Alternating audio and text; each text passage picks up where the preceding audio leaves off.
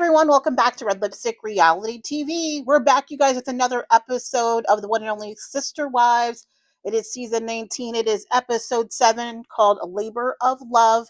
If you're new to my channel, welcome to my channel, everybody. Hit the subscribe button. Of course, hit the like button so it hits those algorithms and so everybody else can see the amazing content we're doing over here. And also, if you hit like, guess what? It'll keep sending stuff that I do back to you. And it's worth it. Y'all, I don't know how you feel about this episode. I thought it was boring AF. And I can tell when an episode is boring because I typically have at minimum 4 to 5 um, WTF moments. And this week I only had a couple WTF moments, but I did have what I'm considering more mic drop moments. So I'm going to be putting into my videos if I have moments where it's not necessarily a WTF moment, but it is a mic drop and a moment that I want to talk about and have more discussion surrounding.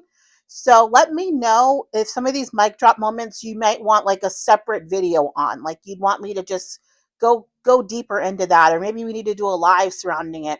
But more of those are popping up, I'm noticing this season. Not necessarily WTF moments, because usually the WTFs are surrounding some craziness that Cody's done, but I'm finding more endearing moments and moments that are prompting some real discussion and some self-reflection. And I'm also noticing, just with everybody else, they're actually looking at some of these different areas as well as further conversation starters. So as you can see, I am in a different setting. You guys know I travel a ton for work. I am traveling. I'm excited though this week. For the first time, I got to come to Minneapolis, which is a beautiful city. Minnesota is a beautiful state. Highways were a little suspicious, but I did get a chance, even though it was closed, I couldn't go in. But I did get a chance to see Paisley Park, which has been on my bucket list to see.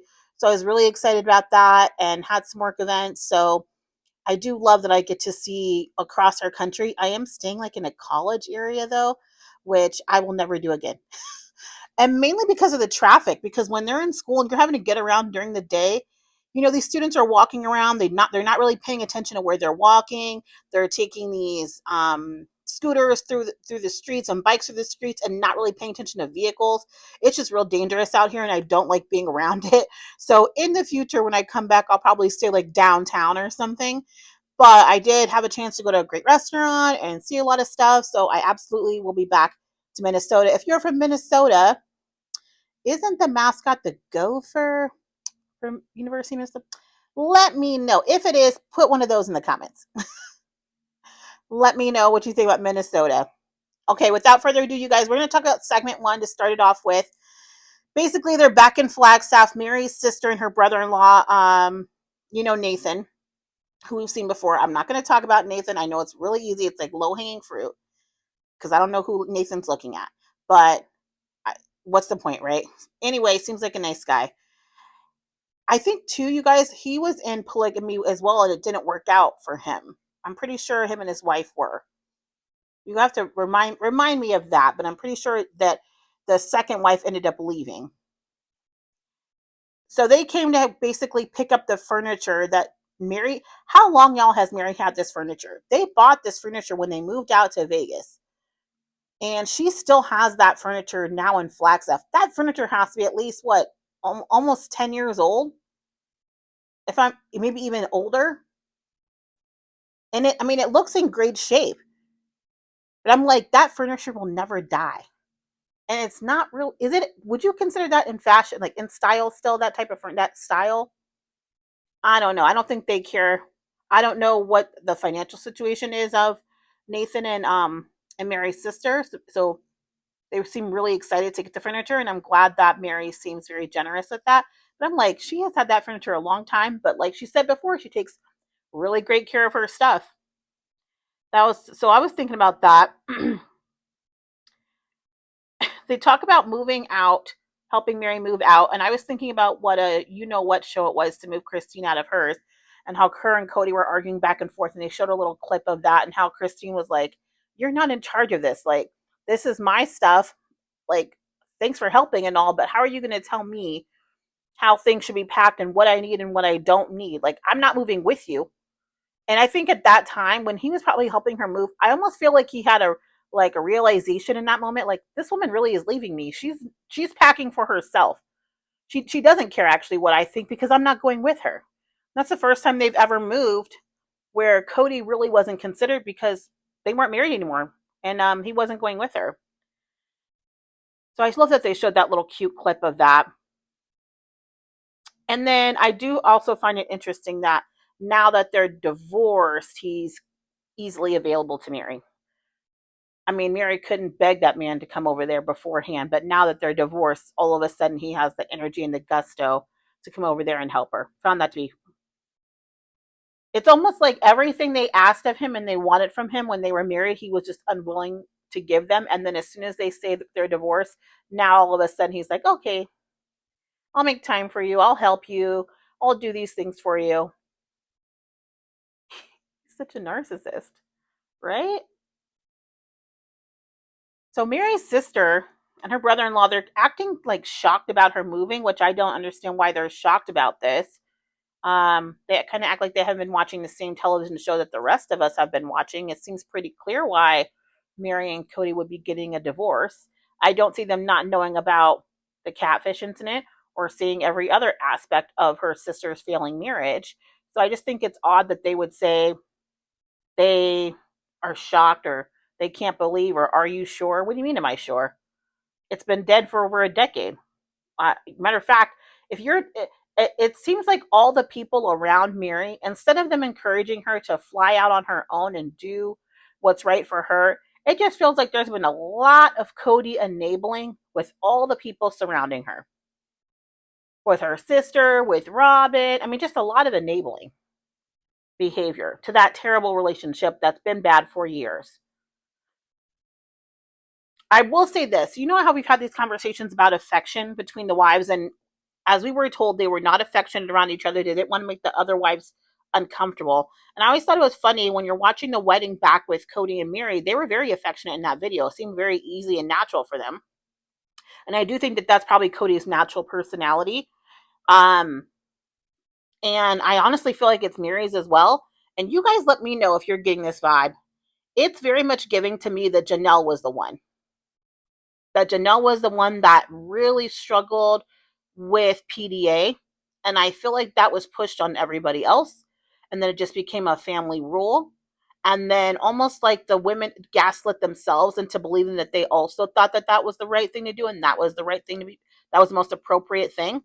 And looking at Cody when he met Robin, I don't really necessarily, you guys think when I look back on it, that it had anything to do with it being Robin. Um, I think it could have been any woman. I think it could have been any woman that was willing to buck the system of no affection and be able to give Cody what honestly he clearly needed. And Robin was willing to do that. Robin was willing to ignore the rules of the wives and give Cody what he needed. And not even necessarily the rule of all the wives. I really more so think it was Janelle's rule.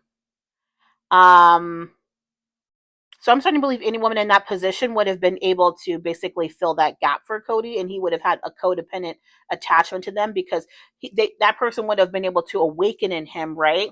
This feeling of love and emotions, and see how he was crying and stuff, or because of Robin. Honestly, y'all, I think it could have been any woman showing him that because they had been so void of that since the beginning. And keep in mind, Janelle's been there. Like him and Mary were married for a few years. I bet you they were very affectionate all that time. But as soon as Janelle came in is when that stuff stopped, right?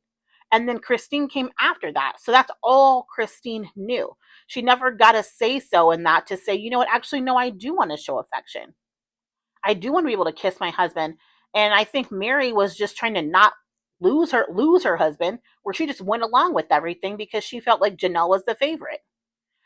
You guys tell me what you think about that. I really genuinely think the stop of affection in the Brown family happened when Janelle came on, because Janelle, even how she deals with her children, okay, she has some serious gaps when it comes to physical affection. She's got some gaps there, and I'm wondering if her kids experienced that.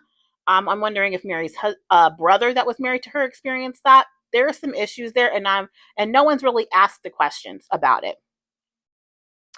Uh, let's move on, y'all, to Mary divorcing from Cody, but the legal separation divorce. Um, I'm gonna place here a little bit of a mic drop moment, because as many of you know, I talked about my feelings surrounding this and the other wives and how Janelle felt, and I did a short about it, which went really not viral, but like I got a ton of views on that, and I could tell a lot of other people were interested in that specific topic. This may be one of the mic drop moments we have a full blown video on, or we do a live on. Is talking about the legal divorce of Mary and Cody and how that totally transformed and changed what this family looked like after. So I'm going to put the card. I think they'll put the card either up here or over here of the shorts. You can see what Janelle said about what this meant for the family. And now we're going to put the little mic drop moment here from Mary that really just sums up everything. So put the mic drop moment here. At the same time, I knew that mine and Cody's relationship was not in a solid place. And so it was a very scary moment for me too, because I didn't know what was going to change. I knew it was scary for some of my sister wives too. I remember he had a conversation with Janelle and she was concerned about things changing. And they did.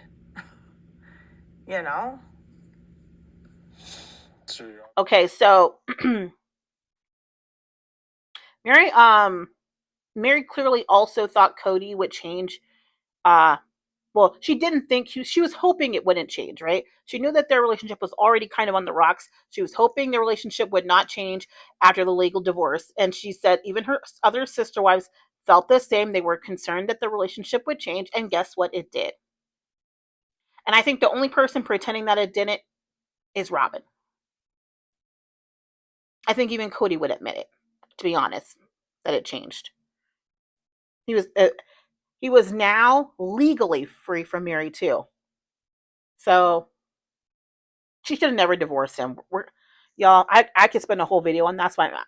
So tell me in the comments if you want a full video of that, or if we should do a live to talk about how that divorce caused the full breakdown of this family.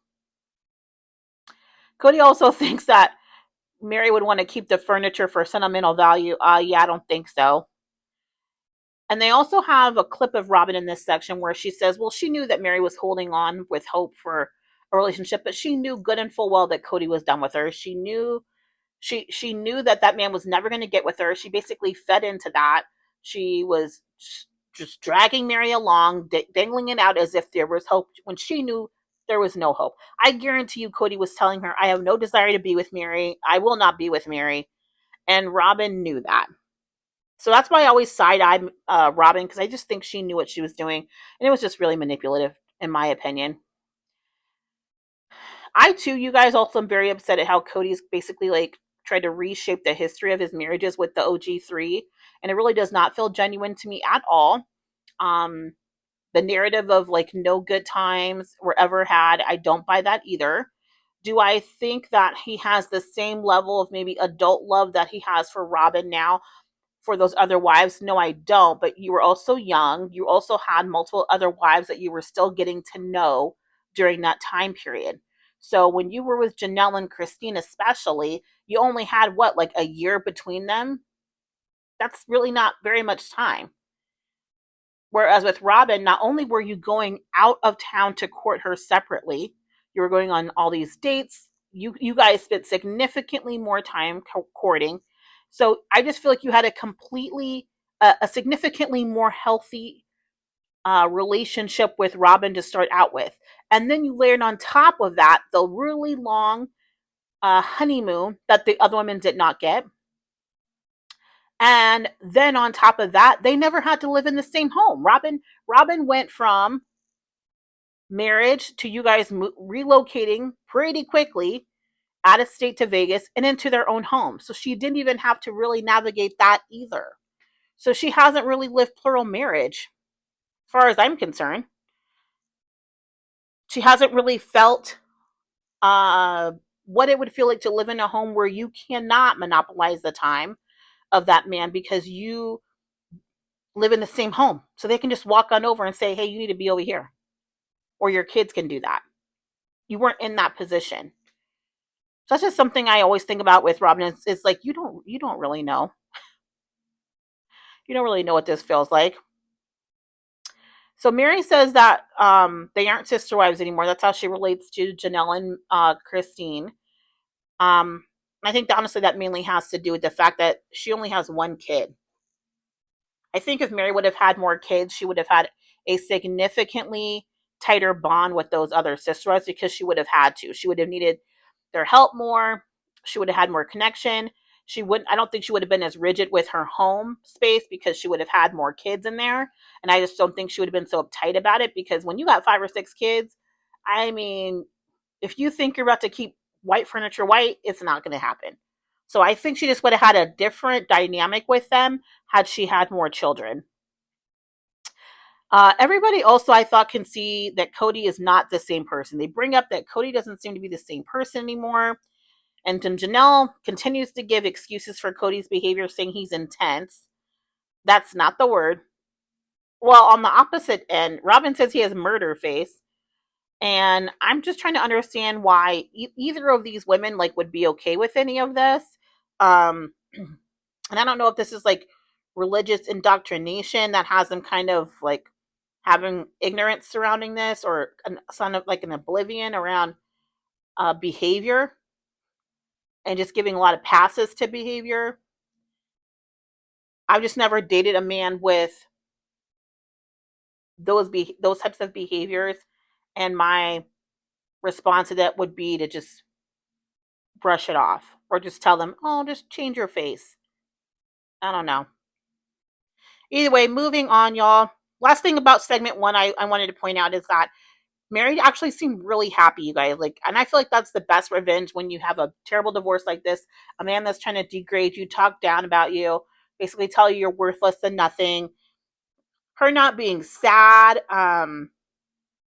so that especially not being sad around Cody, so he can feed off that energy, off her trauma, I think is fantastic. So I'm glad that she has, at least in front of Cody, she's like, yeah, you're not going to see me sweat. I love it.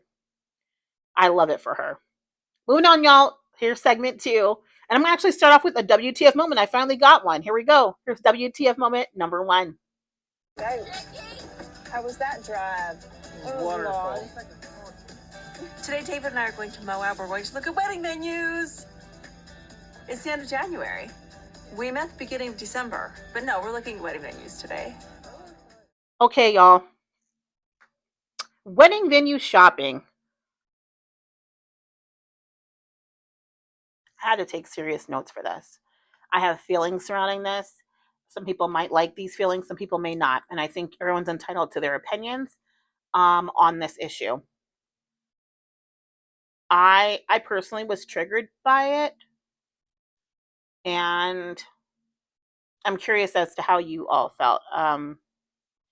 So Christine and David looking at wedding venues after dating for only 6 weeks. I was just like, what the entire F is this?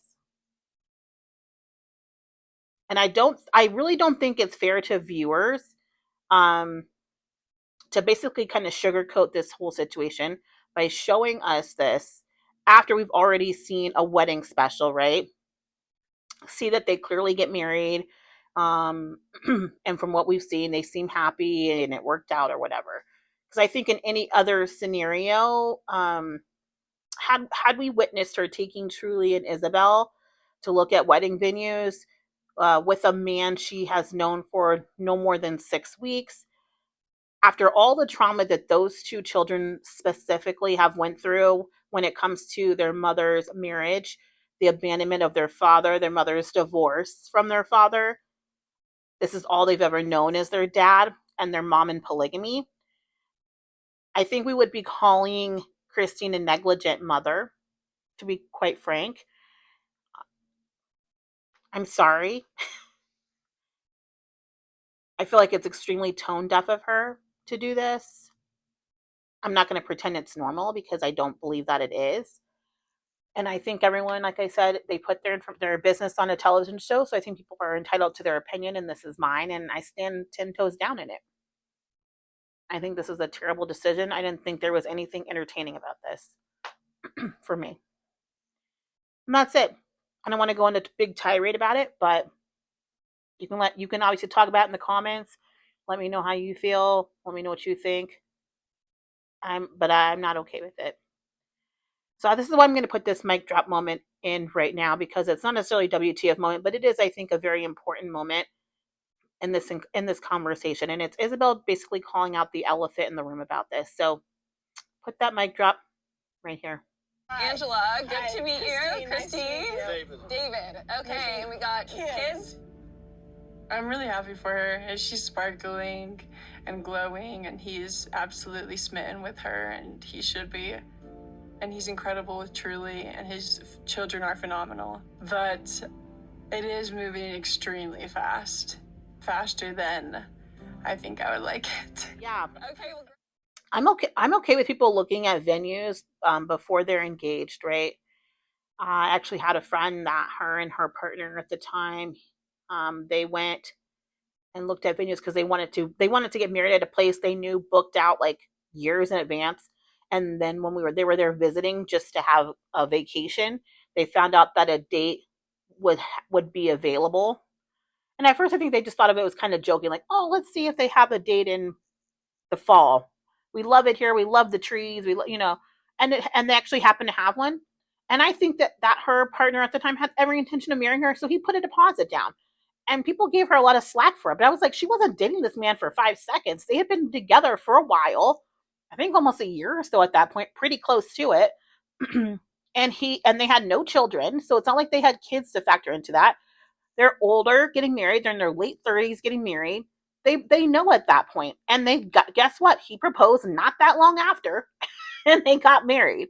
So that to me is a different scenario. I can see people when you're a little bit older, you might move a little bit faster on these things. You might do things like put down a deposit on a location because you would want to get married there, and both of you know that. But he wants to make the engagement special. He doesn't want that to feel rushed because you guys are putting down a deposit on something that you may have to do that 2 years in advance. And if a man's putting down money, a deposit on something, believe me, boo boo, he is not trying to lose that deposit. So more than likely, he's going to at least propose or something's going to happen. But men aren't usually just putting down money on locations because they have nothing better to do or they have no intention of actually proposing. In fact, if I saw a guy do that before he even proposed, now I get to just kick back and wait for the magic moment to happen because it's pretty clear to me he's demonstrated to me that he's taking this seriously. So I want to just say that about the situation, that this has nothing to do with people looking at wedding venues prior to getting engaged, because that does happen. I just think 6 weeks when you have children, young kids that are just coming out of a traumatic divorce with their parents, and abandonment issues with their father, I just felt like the move came a little quick for me. I'm sorry. It just did. Cody at this time also in this segment, you guys calls out people not knowing each other before, but getting married really quickly.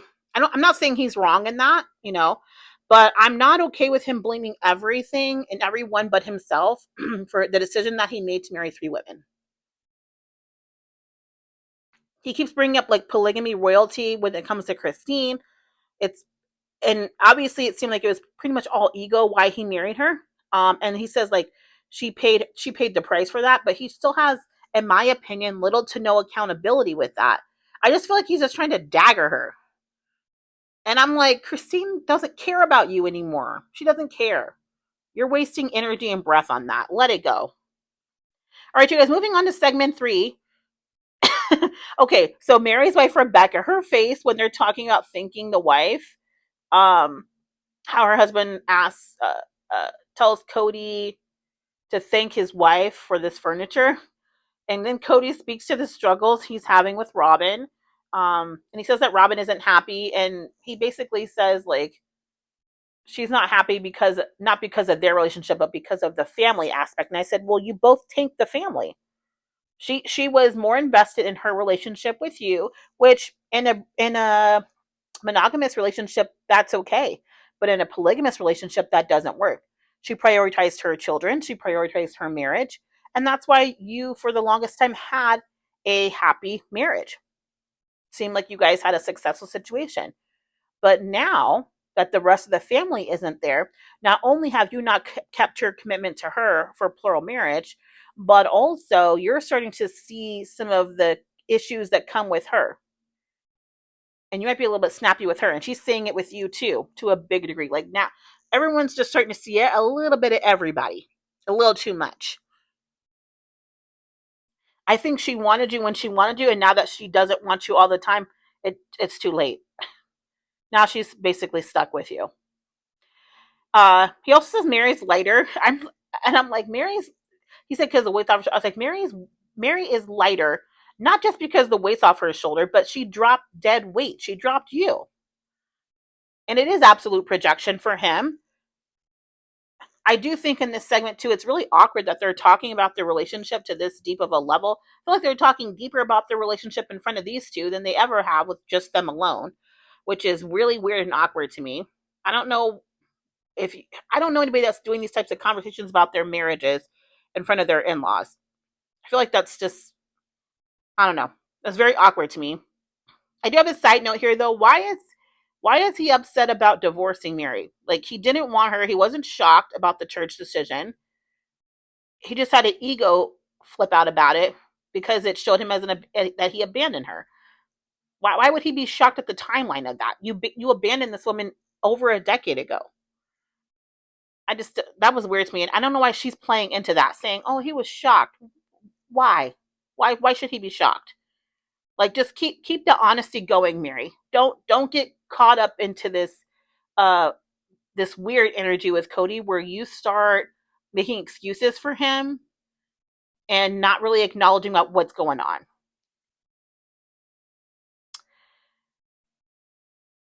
I'm still confused why Cody and Janelle just haven't cut this off completely. Maybe that's about to come up, you guys. I just feel like Janelle needs to be honest about this. This whole straggling in the on the fence about marriage, like I don't like the word divorce or blah blah blah. I'm like, I don't know why it bothers me so much because it's not my marriage, right? So it really shouldn't bother me. But I think her emotional detachment from things when it's convenient for her bothers me to no end. I just think she gets away with it. Like nobody is there to check her on that. And I think that's why this kind of like purgatory state in which she's kept this marriage with Cody is really odd to me. It's so weird to me. I don't know. You guys tell me what you think. Also,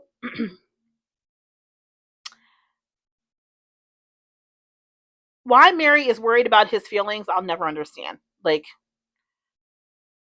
I would not care at all what Cody had to say or think or feel. I would not. It's over. Okay, you guys, I finally came up on a fun, not a fun, but a WTF moment. Here's number 2 for you. Let's pop it in right here. I don't always know what to believe. The eternal marriage, I think the don't get divorced. Jesus said not to get divorced, but it's a big concept. I don't know what to think about it other than it offends me to think that I would be stuck with those 3 women. All right, you guys, so Cody's offended. He's offended, y'all. He's offended. His word choice is he's so petty. To say to offend you to think that you'd be stuck with these 3 women who gave you 13 kids. Like he's offending me. He's offending me by saying he would be offended. He makes me sick, y'all. Some of the things he says, I'm like, there's no way you said that. There's no way you said that with a straight face. If I was the producer, I'd be behind the scenes like, what? You sure you want that on camera? I know they have to be having a ball when they see him do something ignorant like that. Because I know they're thinking in their heads, the ratings are about to skyrocket from this ignorance. That's why nobody's checking him. It's insane. Also, why is he still talking about Sonny and Cher? I don't care. Like, I literally have this same look of crazy that everybody else in that scene has. Like, why are we talking about Sonny and Cher? He talks about not having a concept of divorce at 6 or 7. Well, neither did I. You know, I'm trying to think about like what does that have to do with the cost of tea? You know, like what does it have to do with this abandonment of your wife? Of your wives, period. How does that scenario end up with you abandoning wives and children? You seeing Sonny and Cher divorce. What does one have to do with the other? He talks about them crashing the ship. He crashed the ship. He took his hands off the wheel. He went into the bow with Robin and left all the rest of the wives with no skills to man the ship up top on the top of the ship, and said, "Good luck. Hope you can get us home safe." And him continuing like, oh my god, y'all. The fake crying like he cares. Trying to get sympathy. I have none. I have none. Here we go, y'all. Moving on to segment 4. This is probably going to be a little bit of a faster video, guys, because there wasn't that much. But I want to still make sure I cover as much of it as I can for you. And frankly, I was bored to death. But I still found a few things. To talk about. So back in Moab in segment 4, I'm sorry, I'm having a very hard time caring about this. Because we've already seen the wedding. They bring up again Cody trying to embarrass Christine again, talking about the obligation of marrying her, trying to act like he cares, saying it wasn't fair to Christine. I'm so sick of hearing. I don't want to hear about this anymore, and I'm sure neither does Christine. The ship has sailed. We're done with it. I will, though. However, you guys, in this segment, I'm going to call it the giraffe in the room. I called out the elephant in the room. Let's call out the giraffe in the room. And this would be Truly's behavior during this segment. I'm going to tell you this now. You can say whatever you want to say in the comments, y'all. Because guess what? Nobody has any medical documents, and you shouldn't, because there's a thing called HIPAA. But I cannot confirm or deny that young lady is on the spectrum. They have not done any sit downs about that. You should not have any access to any records. If you do, that's illegal. Truly has not come on any stage to say it. I don't care if one of the siblings did it, unless I'm hearing it from Christine and Cody or Truly herself that they are on the spectrum. As far as I'm concerned, that's going to be a zip zoo conversation. I'm not even going to go there with that. So I'm going to speak to this strictly from a place of parenting children that are coming out of like traumatic situations, and then kind of being thrown into something new so fast. This is only going to be looked at from a parenting angle, not from this child may be experiencing some neurodivergency. I'm not going there. It could be there, but even despite that, I still think this applies, is what I'm trying to say. I still think this, what I'm going to say, applies. So her aggressive attention seeking behavior, it kind of reminds me of someone like feeling just out of control. Honestly, also feeling like a bit in shock, and like it's almost like a trauma response to kind of act out. And kind of in shock about what's really happening, and how this is going to directly impact them. Do you know what I'm saying? So Truly's going to go from having an absent father to potentially having a somewhat of a stranger in her home 24/7. When her mom said that it's just going to be you and me for a while, and the while didn't last very long. So, although I think, especially for, I hate to say it, for, no, I don't hate to say it, for Black families, the patience level for this behavior is like slim to none. And I know growing up, I had a sibling that clearly had ADHD, clearly. But when he was acting out, it was just like things were just made stricter for you, right? Like it was just nipped in the butt really quick. Like you could not act out. There was no space to act out. Christine seems to give her a larger window, but almost to the point where it's like, are you just letting her act out because you don't want to talk about the real issues and concerns here? Is that why we're letting this go on? Because some of her behavior felt incredibly disrespectful, and I do believe no matter what that circumstance is, that's a conversation, because in the real world you can't do that, right? You can't just go around being disrespectful to people, um, not respecting people's space or boundaries. It just felt like a complete uh, ignorance to people's boundaries from Truly. It was very weird to me that it was kind of blown off and brushed off. You guys tell me what you think. Please be respectful in the comments around it. Like I said, you have not diagnosed that young lady. You don't have any documentation. You shouldn't have any documentation. So maybe just look at it from a parenting standpoint. If you're going to have a little bit of something to say around neurodivergency, just be respectful and maybe only speak from your personal experience with it as opposed to trying to diagnose Truly. Does that make sense? I'm just trying to keep it respectful because she's a kid, right? And I just don't think it's fair. All right, y'all. All the PDA is overload for me too, and that's not even my mom. I'm not a prude.